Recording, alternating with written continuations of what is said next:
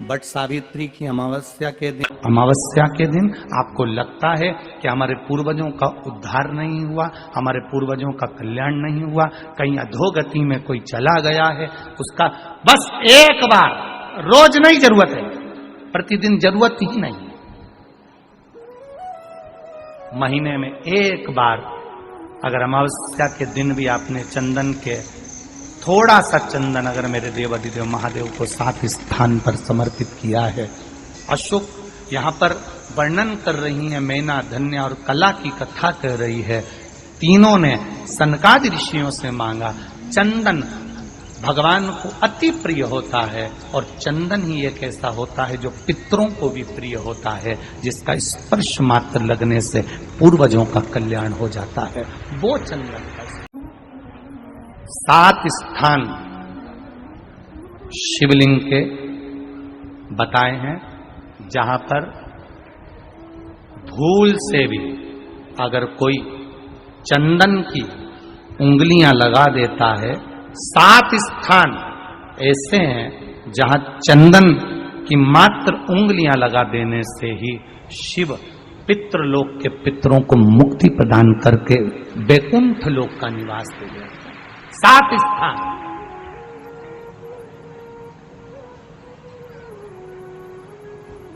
और वो 7 स्थान जो चंदन के बताए गए हैं, पहला भगवान देवाधिदेव महादेव के शिवलिंग पर चंदन का लेपन।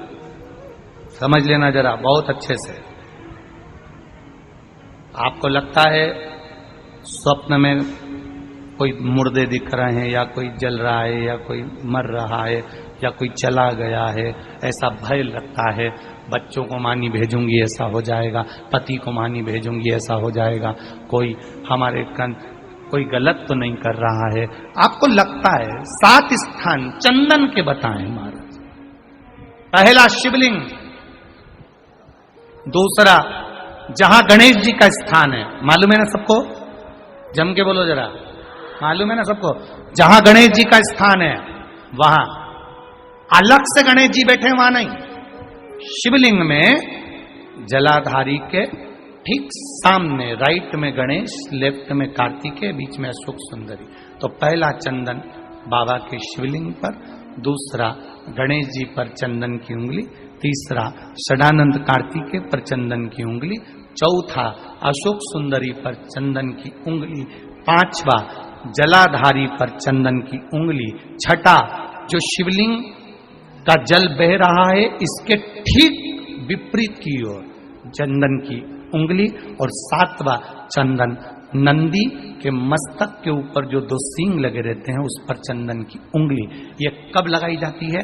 या तो अमावस्या के दिन आपको लगता है कि हमारे पूर्वजों का उद्धार नहीं हुआ, हमारे पूर्वजों का कल्याण नहीं हुआ, कहीं अधोगति में कोई चला गया है, उसका बस एक बार, रोज नहीं जरूरत है, प्रतिदिन जरूरत ही नहीं,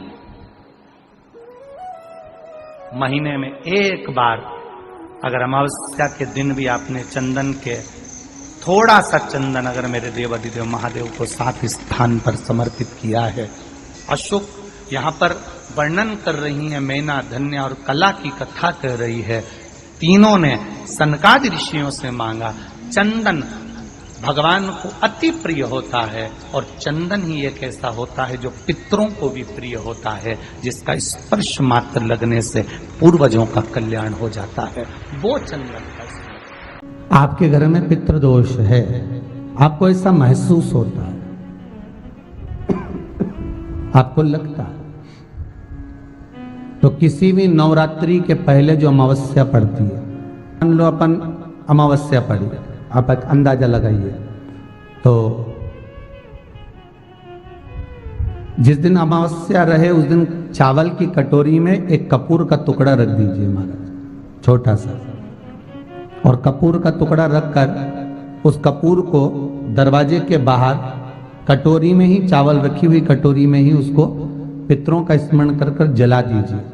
और जलाने के बाद उस चावल को कहीं भी किसी भी वृक्ष की छांव में पक्षियों के लिए डाल दीजिए।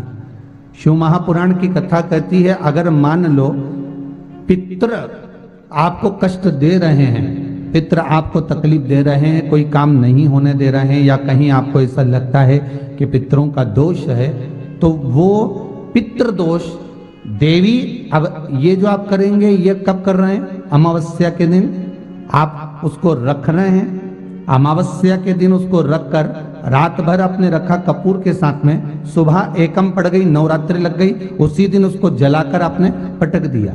अर्थात उससे देवी और पितृ इन दोनों का आशीर्वाद जो प्राप्त होता है, तो घर में से पितृदोष समाप्त होकर लक्ष्मी की वृद्धि प्रारंभ हो जाती है, कार्य में सिद्धता आ जाती है। मान लो अगर पितृदोष है तो करो, नहीं है बड़े अलमस्ती से रहो, तो ये पितृदोष का स्मरण।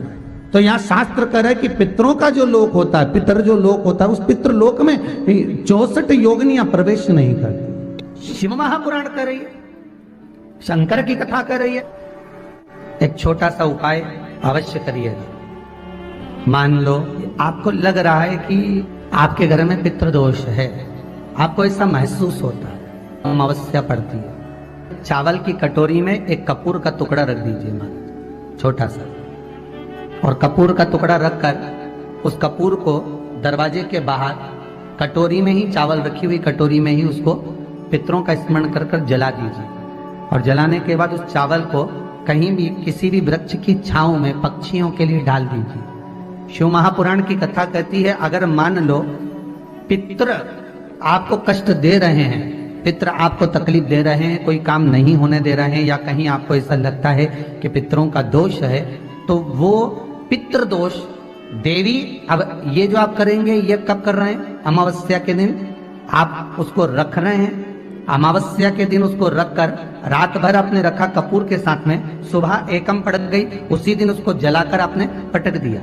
अर्थात उससे देवी और पितृ इन दोनों का आशीर्वाद जो प्राप्त होता है, तो घर में से पितृदोष समाप्त होकर लक्ष्मी की वृद्धि प्रारंभ हो जाती है। अमावस्या के दिन प्रदोष काल में, प्रदोष के समय पर, प्रदोष काल में शाम के समय पर जाकर किसी भी नदी, तालाब, बावड़ी, कुआं, कहीं ना कहीं जो आपके पास में हो, वहां पर एक घी का दिया, बत्ती का मुंह दक्षिण की ओर कर कर अवश्य जला कर जाना, सारे पितृ दोष समाप्त हो जाएगा।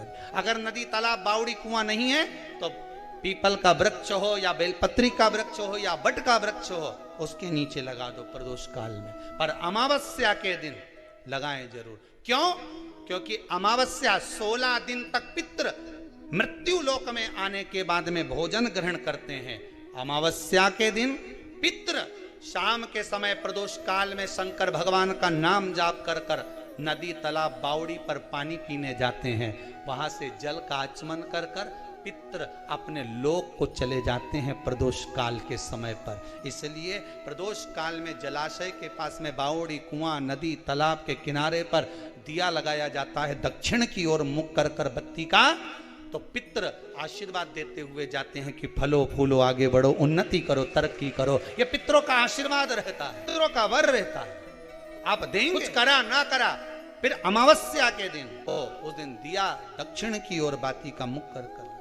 7 स्थान ऐसे हैं जहां चंदन की मात्र उंगलियां लगा देने से ही शिव पितृलोक के पितरों को मुक्ति प्रदान करके बैकुंठ लोक का निवास देते हैं। 7 स्थान, और वो 7 स्थान जो चंदन के बताए गए, पहला भगवान देवाधिदेव महादेव के शिवलिंग पर चंदन का लेपन।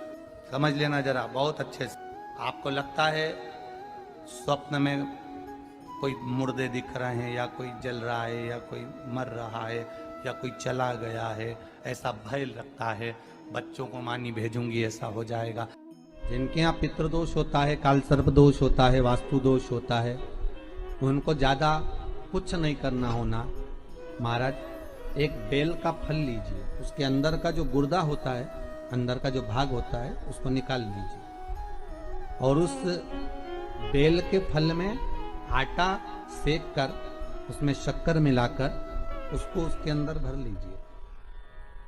अमावस्या के दिन सुबह 10 बजे से पहले उसको अपने घर में घुमाने के बाद में जिस जिसको कालसर्प दोष बताया है, पितृदोष बताया है या वास्तु दोष का स्मरण बताया है, घर में सब दूर घुमाकर अपने परिवार का हाथ का स्पर्श कराकर पीपल के पेड़ के नीचे तक खड्डा खोदकर उस बेलपत्र के उस फल को दाब दीजिए। महाराज केवल एक अमावस्या करना रहता है, पितरों के दोष से मुक्ति मिलती है और हमारे घर के कार्य सफल होना प्रारंभ हो जाता है। पति को मानी भेजूंगी ऐसा हो जाएगा, कोई हमारे कोई गलत तो नहीं कर रहा है, आपको लगता है 7 स्थान चंदन के बताएं, बाबा के शिवलिंग पर, दूसरा गणेश जी पर चंदन की उंगली, तीसरा षडानंद कार्तिकेय पर चंदन की उंगली, चौथा अशोक सुंदरी पर चंदन की उंगली, पांचवा जलाधारी पर चंदन की उंगली, छठा जो शिवलिंग